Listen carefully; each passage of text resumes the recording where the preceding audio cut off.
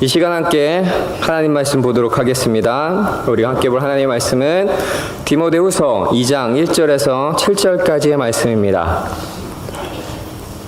디모데후서 2장 1절에서 7절까지의 말씀입니다.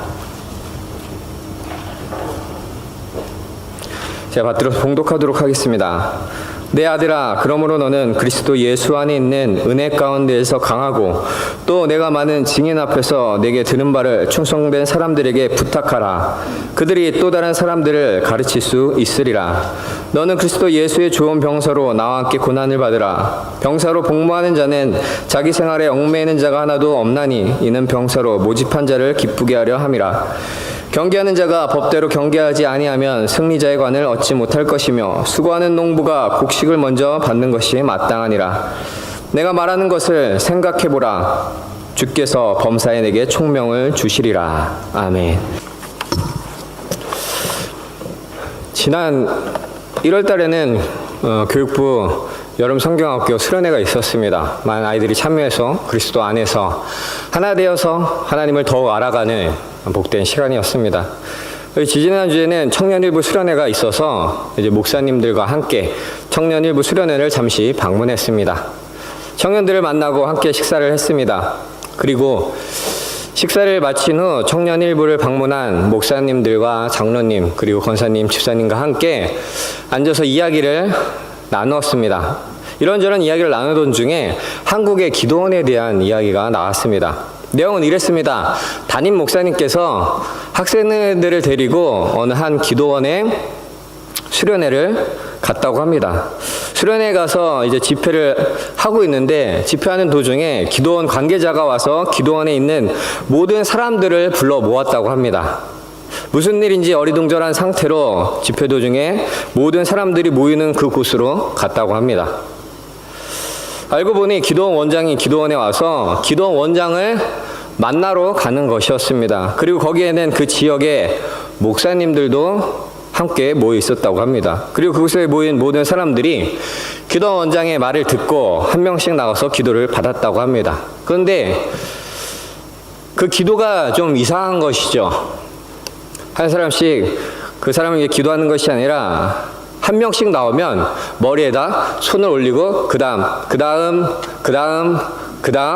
이게 기도라는 것입니다. 그리고 어떨 때는 다른 사람이랑 얘기를 하면서도 하시는 것이죠. 도무지 이해가 안 가는 상황이죠. 100번 양보해서 기도원 원장이 능력이 있다고 해도 기도하는 것이 머리에 손을 올리는 것이라니 도무지 이해할 수 없는 상황입니다. 그런데 기도원을 찾는 그리고 기도원이 있는 지역에 있는 목회자들이 그런 일을 당연하다는 듯이 여긴다는 것이었습니다. 사람들은 기도원 원장이 영성이 있기에 그것만으로 효력이 있다고 생각을 합니다. 손을 올리는 것만으로 정말 효력이 있어서 놀라운 일들이 일어날까요? 삶이 큰 변화가 일어날까요? 그렇다면 우리는 이렇게 하나님의 말씀을 보고 하나님을 알기에 힘쓰며 하나님을 예배하며 그리고 말씀대로 살아가기 위해 힘쓰고 성도의 교제를 나누기 위해 신앙생활을 하지 않아도 됩니다. 지금 이 자리에 안 나오셔도 됩니다. 왜냐하면 그 기도원에 가서 기도원장의 손만 얹고 오면 놀라운 변화가 일어날 테니까요. 우리는 조금만 생각하면 그것이 아니라는 것을 잘못됐다는 것을 알 수 있습니다. 그런데 그런 일들을 그냥 받아들인다는 것이죠. 그런 일에 대해서 생각을 하지 않는다는 것입니다. 아무런 의구심 없이 그것을 믿습니다. 그리고 어떤 사람들은 오히려 생각하며 판단하는 것이 믿음이 없기 때문에 그렇다고 말합니다. 그리고 이것저것 따지고 판단하는 것은 믿음 없는 행동이라고 말하며 그저 믿으라고 이야기를 하는 것이죠. 가끔 기독교에서 생각하며 물음을 던지면 그것이 믿음이 없다는 것으로 결론을 내버리는 경우가 종종 있습니다. 특히나 목사의 말이나 행동에 대해서 생각 없이 믿어버리는 사람들이 있습니다. 이성을 가진 사람이라면 그것이 잘못된 일이라는 것을 알 것인데 그저 믿는 사람들이 많이 있습니다. 그리고 이상한 것 같아 묻는 사람들에게는 그냥 의심하고 믿어라. 그것이 복된 믿음이라 라고 말하며 질문하는 사람들을 면박 주고 질문하는 사람을 이상한 눈초리로 쳐다보기도 합니다. 제가 아는 분도 목사님의 말씀에 대해서 의구심이 들어서 목사님을 찾아갔다고 합니다. 그리고 질문을 했다고 합니다. 그러자 목사님께서 뭘 그런 거에 대해서 물어보냐고 그냥 믿으라며 핀잔을 받았다고 합니다. 그래서 지금 그분은 교회를 다니지 않습니다. 이렇게 생각하지 않는 신앙은 절대로 참된 믿음과 경건의 신앙생활이 아닙니다. 알지 못하고 이해하지 못했는데 그냥 믿는 것은 올바른 믿음이 아닙니다. 이런 맹목적인 믿음은 쇠뇌에 가깝습니다. 모르는 것에 대해서 질문을 하고 그것을 통해서 알지 못하는 것을 바로 알아가야 하는 것이고, 이를 통해서 우리는 더욱더 올바른 믿음으로 나아갈 수 있습니다. 아이들을 가르칠 때도 그렇죠. 가르치다 보면 질문이 많은 아이들이 있습니다. 그리고 그런 아이들은 공부를 잘합니다. 반대로 모르지만 질문하지 않고 그냥 넘어가는 아이들이 있습니다. 이런 아이들은 공부를 잘하지 못하죠. 학생부 아이들을 가르치면서 예배가 끝나고 가끔 찾아와서 그동안 의구심이 들었던 말씀에 대해서 질문하는 아이들이 있습니다. 그리고 그 아이들의 질문을 들으면 내가 생각하지 못했던 그런 질문이 나올 때도 있습니다. 그러면 저는 어떻게 할까요? 그냥 믿어. 목사님이 말하면 그런 줄 알아야지. 그렇게 얘기를 할까요? 지금 이 자리에도 그렇게 물어본 학생이 있습니다. 전 그렇게 얘기하지 않습니다. 그 질문에 대해서 같이 이야기하고, 저 또한 생각하지 못한 게 있다면 혹은 실수한 게 있다면 그것에 대해서 찾아보고 알려줍니다. 그리고 이를 통해서 저도 성장하기도 하고 그 아이도 성장할 수 있게 되는 것이죠. 하지만 반대로 말씀에 대해서 의구심이 들지만 질문을 하지 않고 그냥 넘어가는 아이들이 있습니다. 그런 아이들의 믿음은 성장하지 않습니다. 하나님께서는 우리를 창조하셨습니다. 그리고 하나님께서는 인간을 생각하며 사고할 수 있는 존재로 만드셨습니다. 그렇게 질문을 던질 수 있는 것입니다. 모르는 것이 있으면, 궁금한 것이 있으면 물음을 던지고 그것에 대해서 생각할 수 있습니다. 그러니까 인간은 지성을 가지고 태어났습니다. 철학자 데카르트는 말했습니다. 나는 생각한다, 고로 존재한다. 사람은 사물이나 개념에 대하여 사고하거나 객관적으로 인식하고 판단하는 능력을 가지고 있습니다. 그리고 그런 의심과 질문은 사람의 지성을 더욱 성장시킵니다.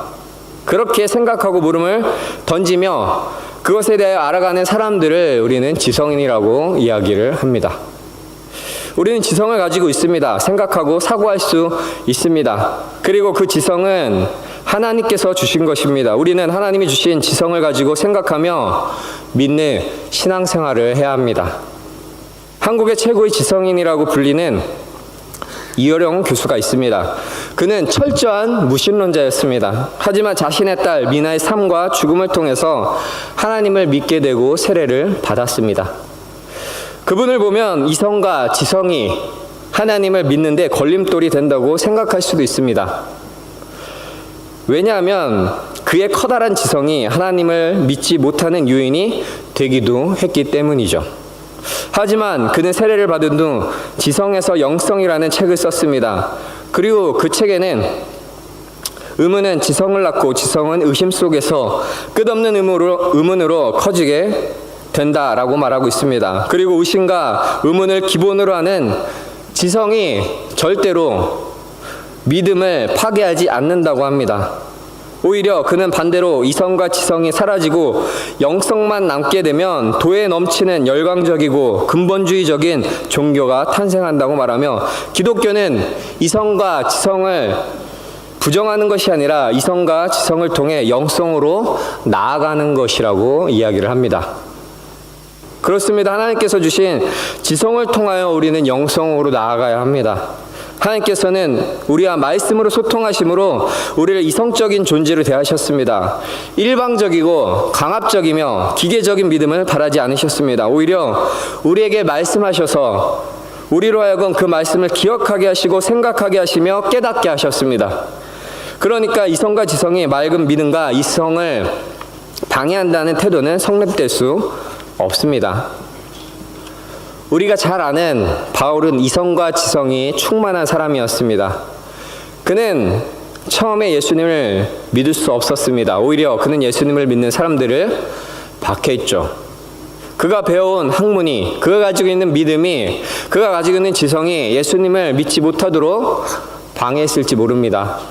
하지만 예수님께서는 그런 바울을 만나주시고 그를 사용하십니다. 그리고 오히려 바울은 자신이 가지고 있는 지성을 통해 그리스도의 복음을 전하고 그리스도인의 참된 믿음과 신앙을, 삶을 정립해 나갔습니다. 바울은 로마서와 갈라디아서를 통해 기독교의 중심교리인 선택과 구원과 칭의와 성화를 심도 있게 정리했습니다. 그리고 여러 서신서를 통해서 그리스도인의 삶을 가르쳤습니다. 만약 바울이 지성을 가지고 예수님을 믿지 않았다면 이런 신앙을 정립할 수 없었을 것입니다. 하지만 많은 사람들이 바울이나 이어령 교수를 보면 이성과 지성이 처음 하나님을 만나게 하는 것에 대한 걸림돌이 되기 때문에 문제가 된다고 생각을 하기도 합니다. 하지만 그렇다는 것은 하나님께서 우리를 선택하시고 만나주신다는 것을 부정하는 것입니다. 전적으로 우리가 예수님을 만나게 되는 것을 우리의 지성으로서 우리가 예수님을 알고 받아들이기 때문에 예수님을 알게 된다고 말하는 것과 같습니다.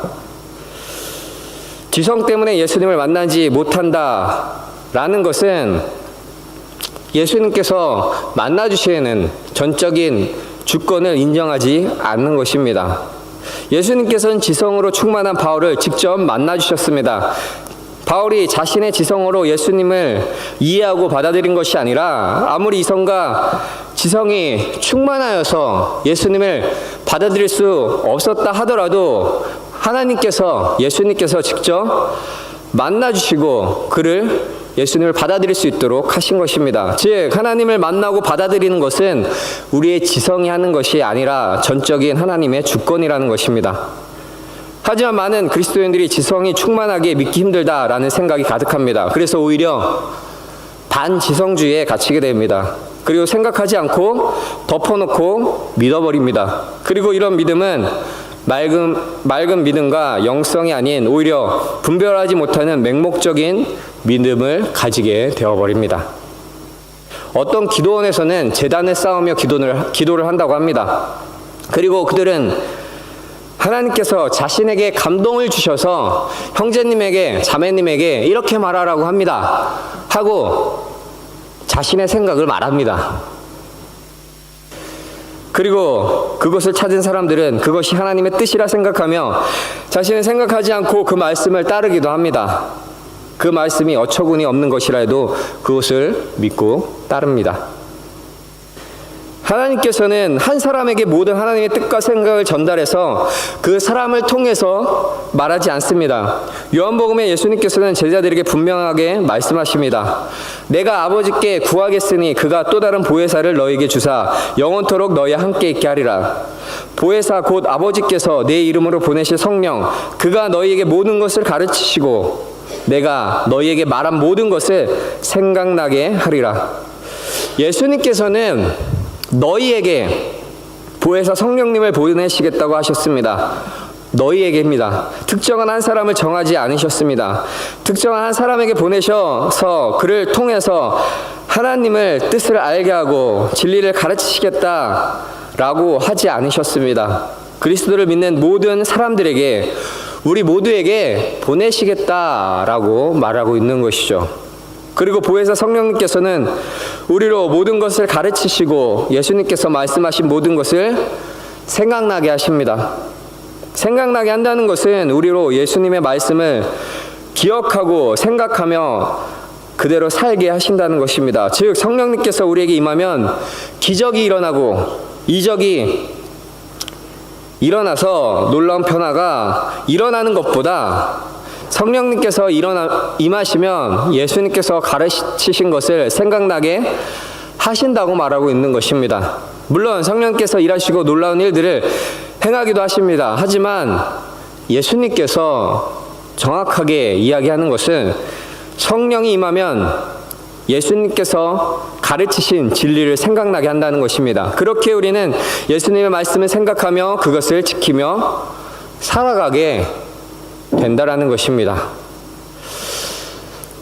요즘 신천지 때문에 아르헨티나 한인교회들이 많이 시끄럽습니다. 한국에서는 벌써 오래전부터 한국 교회를 위협했습니다. 그들은 이만희를 보혜사라고 말합니다.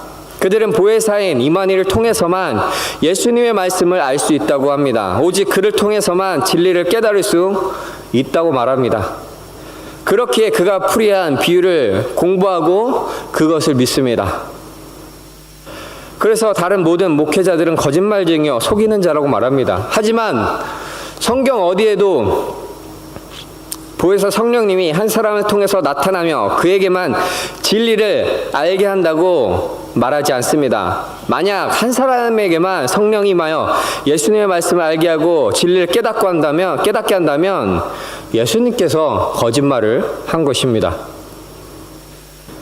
우리가 우리에게 있는 지성을 가지고 생각하지 않고 믿으면 이런 이단에 쉽게 속게 되고 그리고 그런 이단을 맹목적으로 믿게 됩니다. 잘못된 신앙을 가지게 되는 것입니다. 우리는 지성을 가지고 생각해야 합니다. 오늘 말씀에 바울은 디모데에게 말합니다. 내가 말하는 것을 생각해 보라고 말하고 있습니다. 그렇다면 바울은 디모데에게 무엇을 생각하라고 말하고 있는 걸까요? 너는 그리스도 예수 안에 있는 은혜 가운데서 강하고, 바울은 먼저 디모데에게 그리스도 예수 안에 있는 은혜 가운데 강할 것을 생각하라고 말합니다. 예수 그리스도 안에 있는 은혜, 예수 그리스도 안에 있는 은혜는 무엇입니까?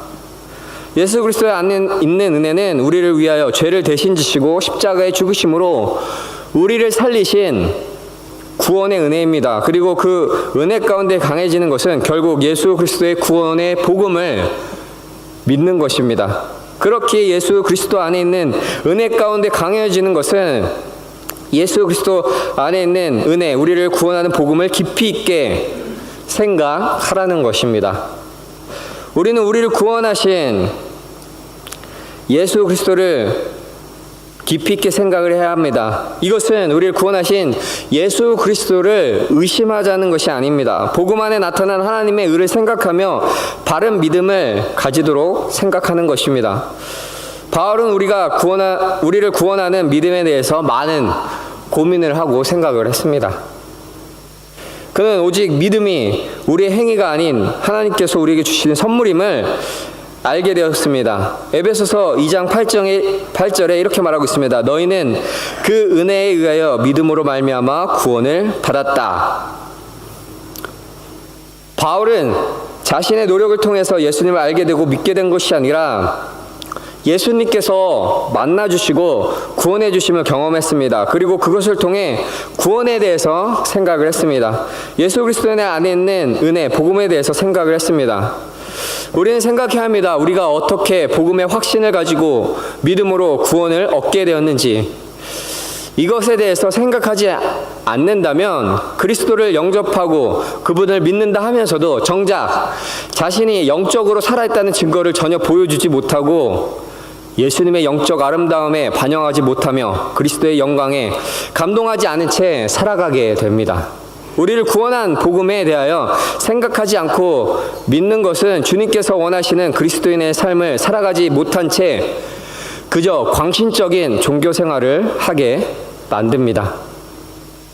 즉 우리는 예수 그리스도 안에 있는 은혜, 곧 우리를 구원하는 복음에 대해 생각하며 예수 그리스도께서 누구이신지, 그리고 그분께서 우리를 선택하시고 어떻게 구원하셨는지, 그리고 그 구원을 믿는다는 것이 어떤 것인지 생각하며 그 안에서 그리스도인으로서 강해져야 합니다. 그리고 바울은 내가 많은 증인 앞에서 내게 들은 바 충성된 사람들로 부탁하라. 그들이 또 다른 사람들을 가르칠 수 있으리라 라고 말하고 있습니다. 우리는 우리가 드린 복음, 우리가 생각하는 그 복음을 다른 사람들에게 전할 수 있어야 합니다. 그리고 그들에게 어떻게 복음을 전해야 할지 생각해야 합니다. 바울은 고린도의 그리스도인들에게 이렇게 말했습니다. 교회에서 내가 남을 가르치기 위하여 깨달은 마음으로 5마디 말을 하는 것이 1만 마디 방언을 하는 것보다 나으니라. 즉 알아듣지 못하는 1만 마디 방언보다 남을 위하여 알아들을 5마디를 지성으로 하겠다고 말하는 것입니다. 바울은 자신이 깨달은 것을 사람들에게 전하며 그들로 그리스도를 믿게 하고 그들을 세워주는 역할을 했습니다. 우리는 그리스도의 복음을 전하기 위하여 생각하며 우리의 지성을 사용을 해야 합니다. 우리는 열성은 있지만 지성이 없는 전도자들을 종종 볼 때가 있습니다. 예를 들어 절에 들어가서 땅받기 기도를 한다며 큰 소리로 기도를 한다거나 지하철에서 죄인이라고 소리를 지르며 함부로 말하는 비이성적인 열성을 가지고 전도하는 사람들을 볼 때가 있습니다. 이것은 하나님의 영광을 나타내는 것이 아닙니다. 오히려 하나님의 영광을 가리는 일입니다. 그리고 이 모습은 왜 지성이 우리에게 필요한지를 보여주는 예이기도 합니다. 바울은 로마서 10장에 말합니다. 내가 증언하노니 그들이 하나님께 열심은 있으나 올바른 지식을 따른 것이 아니니라. 하나님의 의를 모르고 자기 일을 세우려고 힘써 하나님의 의에 복종하지 아니하였느니라. 하나님께 열심히 있는 것은 정말 중요합니다. 하지만 열심만 있고 하나님에 대한 올바른 지식이 없으면 오히려 하나님의 의를 가리게 됩니다. 하나님의 의를 모르고 자신의 의를 세우고 하나님의 의에 대해 복종하지 않게 된다는 것입니다. 그렇다고 열심 없는 지식이 지식 없는 열심을 대신하는 것은 아닙니다. 하나님은 지식에 근거한 열심과 올바른 지식을 모두 원하십니다. 프린스턴 신학교 총장이었던 존 맥케이 박사는 이렇게 말했습니다. 성찰 없는 헌신은 광신적인 행동을 낳고 헌신 없는 성찰은 모든 행동을 마비시킨다.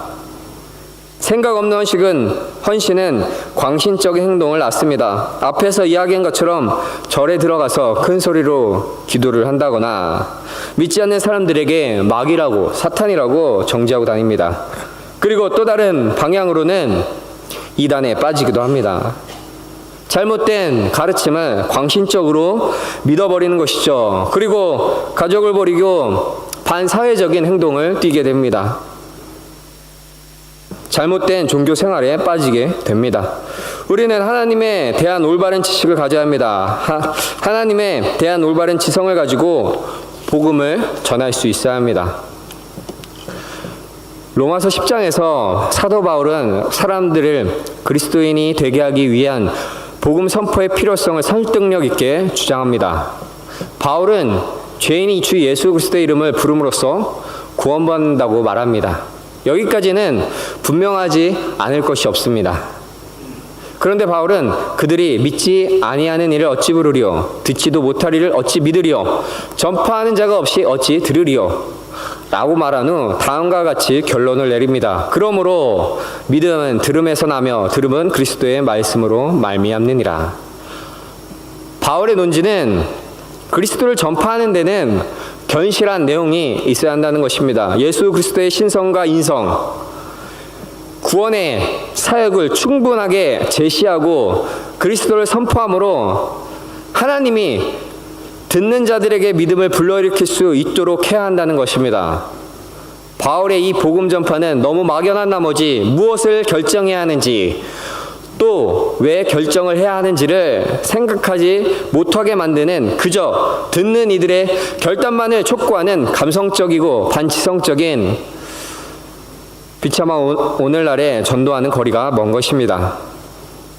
우리는 어떻게 복음을 전해야 할지 생각해야 합니다. 막연히 예수의 이름을 외치는 것이 아니라 복음에 있는 놀라운 하나님의 섭리를 전해야 합니다. 예수 그리스도의 신성과 인성, 구원의 사역을 충분히 제시하고 구원의 역사를 전해야 합니다. 바울은 예수 그리스도를 영접하고 바나바와 함께 전도 여행을 떠나죠. 그리고 바울은 전도할 때 막연하게 예수의 이름만을 부르짖지 않았습니다. 사도행전 13장에 보면 바나바와 바울이 처음 전도 여행을 떠나고 구브로를 거쳐서 비시디아 안디옥에 도착합니다. 그리고 그곳에서 바울이 전하는 그 말씀이 나옵니다. 바울은 하나님을 믿는 유대인들에게 자신이 알고 있는 지성을 다해 예수 그리스도를 변증하며 예수 그리스도를 전합니다. 그리고 그 말을 들은 사람들은 바울에게 말합니다. 다음 안식일에도 이와 같은 말씀을 해달라고. 우리가 지성을 가지고 예수 그리스도를 믿어야 하는 이유는 지성을 다해 하나님을 알아야 하기 때문이고, 그리고 우리가 가지고 있는 그 지성으로 예수 그리스도를 전해야 하기 때문입니다. 우리는 예수 그리스도 안에 있는 은혜 가운데 강해져야 합니다. 즉 예수 그리스도를 통해 받은 은혜, 우리를 구원하는 복음을 알고 생각하며 믿음 안에서 강해져야 합니다. 그리고 우리는 그 복음을 지성을 다해 어떻게 전파할 수 있을지 생각해야 합니다. 우리가 들은 복음을 다른 사람들에게 전하고 그 복음이 또다시 전파될 수 있게 생각해야 합니다. 그리고 우리가 생각해야 볼 것이 있습니다. 그렇다면 우리의 지성으로 생각하는 것이 온전히 하나님의 뜻을 이루는 것이 될 수 있을까요? 아닙니다. 우리의 지성은 완전하지 않습니다. 그렇기에 우리는 생각하되 하나님께 총명을 구해야 합니다. 오늘 말씀을 말하고 있습니다. 주께서 범사에 내게 총명을 주시리라. 존 파이퍼 목사님의 생각하라 라는 책이 있습니다. 그 책은 그리스도인이 왜 생각을 해야 하며 무엇을 생각해야 하는지 자세히 알려줍니다. 그리고 오늘 말씀에 대해서 이렇게 설명을 하고 있습니다. 수많은 사람이 이 구조를 이해할 때 어떤 한쪽으로 치우친다. 어떤 사람은 내가 말하는 것을 생각해 보라 라는 부분을 강조한다. 이들은 이성과 생각의 필수적인 역할을 힘주어 말하지만 진리를 받아들일 수 있게 하는 하나님의 초자연적인 역사를 자주 축소한다. 반대로 어떤 사람들은 이 구절의 후반부 주께서 범사에 내게 총명을 주시리라 라는 부분을 강조한다. 이들은 하나님의 조명이 없으면 이성도 무용지물이라고 힘주어 말한다. 그러나 바울이라면 이런 식으로 나누지 않았을 것이다. 좌로나 우로나 치우치지 말고 인간의 생각과 하나님의 조명하는 역할을 모두 인정하라고 할 것이다. 즉 우리가 지성을 가지고 하나님의 말씀을 생각할 때 하나님께서는 우리에게 범사에 총명을 주심으로 우리로 하나님의 뜻을 이해하게 하시고 진리를 받아들이게 하신다는 것입니다. 우리의 생각하기가 하나님의 은혜를 대신하지는 못합니다. 우리의 지성이 생각하는 것은 은혜의 선물입니다. 점점 더 많은 것을 이루게 하는 도구입니다. 그렇기에 우리는 지성과 생각하는 것을 통하여서 하나님께서 주시는 그 총명을 가지고 하나님의 말씀을 이해하고 그리고 그 진리 가운데 나아가고 그리고 깨달은 진리를 통하여서 더욱더 하나님이 원하시는 그리스도인의 삶으로 나아가야 합니다. 우리는 이성과 지성을 가진 존재로 창조되었습니다. 그리고 하나님께서는 이성과 지성을 가지고 하나님의 말씀에 순종하기를 원하십니다. 우리를 구원하신 예수 그리스도의 복음을 생각하고 그 복음을 어떻게 전해야 하는지 생각해야 합니다. 우리의 지성을 진지한 생각하기를 하나님과 이웃을 더욱더 깊이 사랑하는 한 방법으로 받아들여야 합니다. 마태복음 22장엔 한 율법 선지자가 예수님을 시험하고자 율법 중에서 어느 계명이 크니까 묻습니다. 그때 예수님께서 이렇게 말씀하십니다. 내 마음을 다하고 목숨을 다하고 뜻을 다하여 주 너의 하나님을 생각하라. 둘째도 그와 같으니 내 이웃을 내 자신과 같이 사랑하라 하셨으니 이 두 계명이 온 율법과 선지자의 강명이니라. 내 마음을 다하고 목숨을 다하고 뜻을 다하여, 여기서 뜻을 다하다라는 디아노이아라는 말은 지적 능력을 뜻하는 말로서 맹목적인 것이 아니라 분명한 이해와 통찰력을 강조하는 것입니다. 즉 마음을 다하고 목숨을 다하고 지성을 다해 하나님을 사랑하고 이와 같이 내 이웃을 사랑하라는 것입니다. 우리는 마음을 다하고 목숨을 다해서 하나님을 생각할 때에는 너무나 많습니다. 하지만 지성을 다하지 않을 때가 종종 있습니다. 우리는 우리의 지성이 하나님과 이웃을 더욱더 깊이 사랑하며 섬기는 도구가 되도록 사용해야 합니다. 우리의 지성을 다하여서 하나님을 사랑하고 그와 같이 우리의 이웃을 사랑하도록 우리는 생각해야 합니다. 생각하는 그리스도인의 저자 복음주의 지성 존 스토트는 이렇게 말했습니다. 하나님이 주신 지성을 사용하지 않는 것은 영적 천박함이란 죄의 자신을 내던지는 것이다. 사랑하는 성도 여러분, 생각하는 그리스도인이 되기를 바랍니다. 세상적인 이성과 지성으로 오는 교만을 가지는 것이 아니라 우리를 구원하는 복음을 생각하고 그 복음을 전하는 것을 생각하며 그로 인하여 하나님과 이웃을 더욱더 깊이 사랑하기를 생각해 지성에서 영성으로 나아가는 성도 여러분이 되기를 간절히 소망합니다.